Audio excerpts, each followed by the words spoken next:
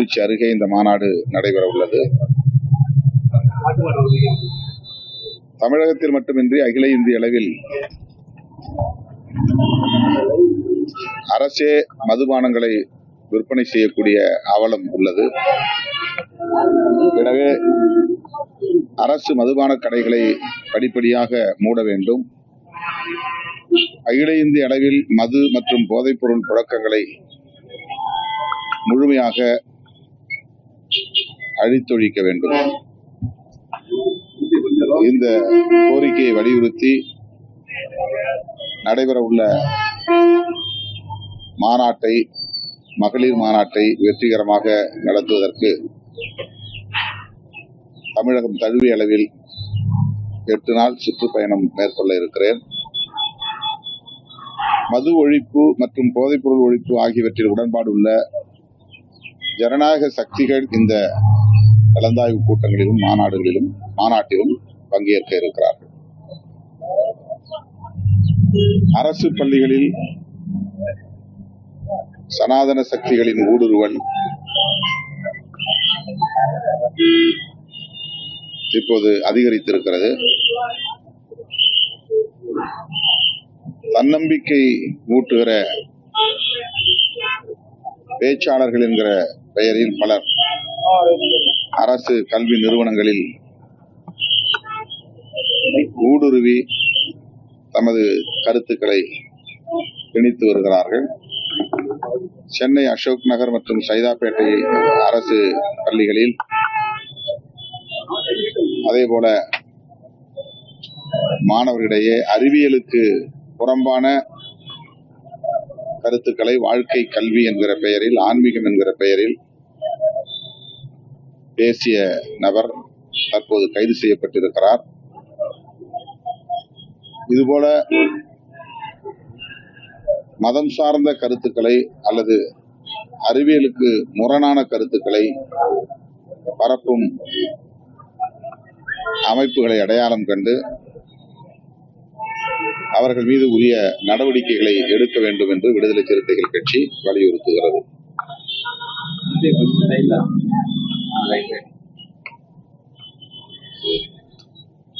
அந்த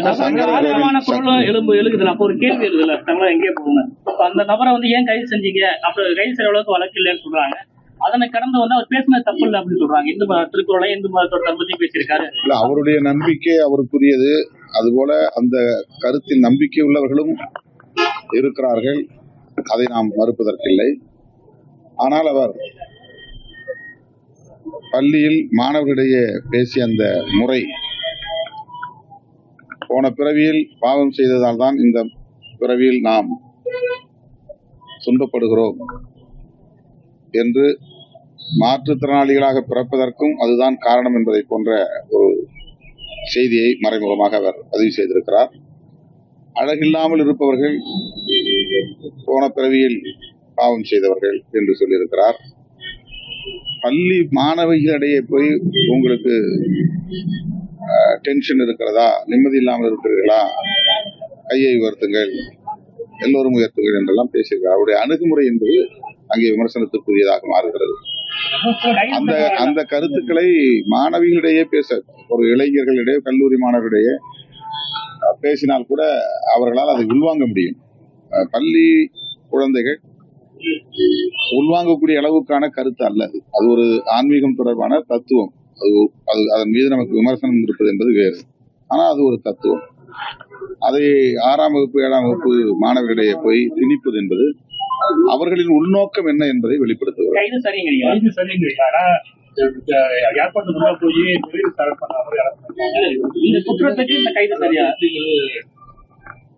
இரு சமூகங்களுக்கு இடையிலான முரண்பாட்டை கூர்மைப்படுத்துகிற அடிப்படையில் 153A என்கிற பிரிவின் கீழ் இந்த வழக்கை பதிவு செய்திருக்கிறார்கள்.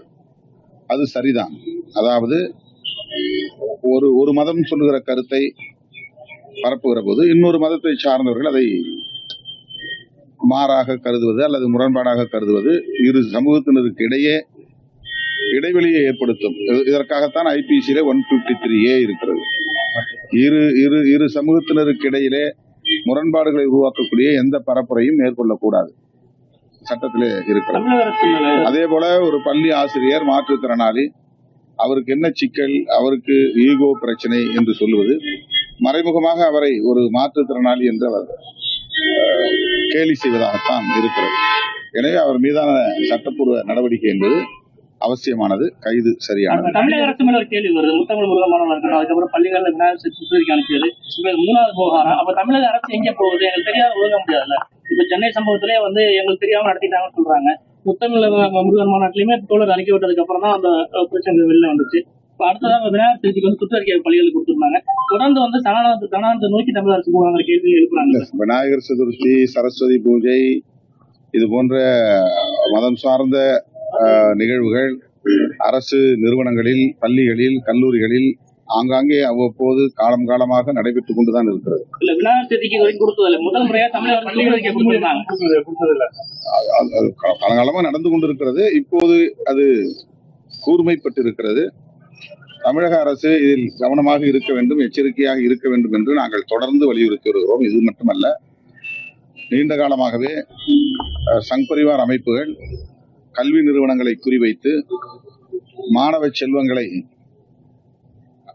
அரசியல்படுத்துகிற முயற்சியில் ஈடுபட்டு வருகிறார்கள். அது நாட்டுக்கு நல்லதல்ல என்பதை சுட்டிக்காட்டியிருக்கிறோம். இப்போதும் சுட்டிக்காட்டுகிறோம். இது பெரியார், அண்ணா, கலைஞர் வழியில் இயங்குகிற அரசு என்கிற ஒரு பிரகடனத்தை தொடர்ந்து சொல்லிக் கொண்டிருக்கிற நிலையில் இதுபோன்ற நடவடிக்கைகளுக்கு துளியளவும் இடம் கொடுக்க கூடாது. அவ்வாறு இருந்தால் அதை சரி செய்து கொள்ள வேண்டும் என்று விடுதலை சிறுத்தைகள் சுட்டிக்காட்ட விரும்புகிறார்கள். அரசியல் காலம் விசிகாவை நோக்கி திரும்ப பார்க்கலாமா? இப்ப எடப்பாடி தரப்புல, அதிமுக தரப்புல அவங்க நோக்கி இலக்கா வச்சிருக்காங்க. அதே விஜய் அரசியலுக்கு வந்தாலும் திருமாவளவனை மையப்படுத்தி அழைக்கலாம் ஒரு பேச்சு அறிவிப்பதா சொல்றாங்க. அப்போ 2026 காலம் விசிகாவை மையப்படுத்தி இருக்கா? நீங்க திமுக கூட்டத்தில் தொடருவீங்களா? இல்ல அது மாற்று யோசனை இருக்கா? தேர்தலுக்கு இன்னும் 1.5 ஆண்டுகளுக்கு மேலே இருக்கிறது. இது ரொம்ப ஒரு ப்ரீமெச்சூர் கொஸ்டின். நிறைய கால அவகாசம் இருக்கிறது. விடுதலை சிறுத்தைகளை பொறுத்தவரையில் திமுக தலைமையிலான கூட்டணியில் இணக்கமாக இருக்கிறோம். விடுதலை சிறுத்தைகளுக்கும் திமுக தலைமையிலான கூட்டணிக்கும் இடையில் எந்த முரணும் இல்லை. ஆகவே இந்த யூகமான கேள்விக்கு இப்போதைக்கு யூகமாக நடிகர் விஜய் மாநாடு அறிவித்தாரு. காவல்துறை அனுமதி மாநாடு தள்ளி போகணும்னாங்க. இன்னைக்கு 11 மணிக்கு முக்கியமான முடிவு அறிவிக்கிறேன். திமுக அரசு விஜயை பார்த்து அஞ்சுகிறதா? அது வழக்கமான கொஸ்டின்ஸ் தான். அது அந்த யார் மாநாடு நடத்தினாலும் அவங்க இது மாதிரி 20க்கும் 30க்கும் மேற்பட்ட கேள்வியை எழுப்பி பதில் கேட்பது, விளக்கம் கேட்பது வாடிக்கையானதுதான். அதை அவர்கள் உரிய விடை அளித்தால் அனுமதி கொடுத்து விடுவார்கள். இதில் அனுமதி மறுப்பு என்பதற்கு வாய்ப்பில்லை. எதை சொல்லி அனுமதி மறுக்க முடியும்? எனவே விஜய் கட்சி நடத்தவிருக்கிற மாநாடு அரசு அனுமதியோடு நடைபெற வேண்டும். அதற்கு எந்த தடையும் இருக்க வாய்ப்பில்லை. அவருடைய மாநாடு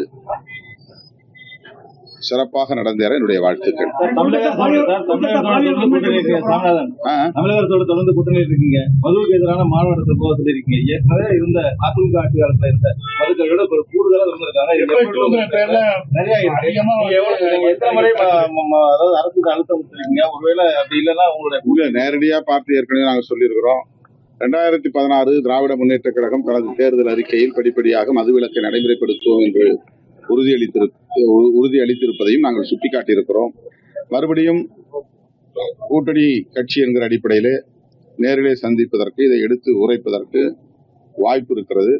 எனவே முதல்வர் அவர்கள் வந்த பிறகு, இந்த மாநாடு முடிந்த பிறகு எங்கள் நிலைப்பாட்டை முதல்வரின் கவனத்திற்கு கொண்டு அதுதான் அந்த மாதிரி கூடுதலா வர்றது கவலை அளிக்கிறது. கூடுதலா படிப்படியா குறைக்கணுமே தவிர படிப்படியா கூட்டக்கூடாது. தமிழ் திரையுள்ள பெரிய தாக்கத்தை கொடுத்துருன்னு சொல்லலாம். ஆனா இது ஒரு சமூக படமா பார்க்க வேண்டிய சூழலுக்கு தள்ளப்பட்டிருக்காங்க மக்கள். இப்ப சில பேர் சமூக படமா பாருங்க, வெற்றிமாறனோ, மாரி செல்வராஜோ, ரஞ்சித்தோ ஒரு ஜாலிக்கான படம் எடுக்கலாம் விமர்சனம் வந்திருக்கு. ஆனா ஒரு திரையுலக மாற்றத்தை நோக்கி நகரும் போது இந்த ஒரு குற்றச்சாட்டும் உள்ள இருக்குல்ல.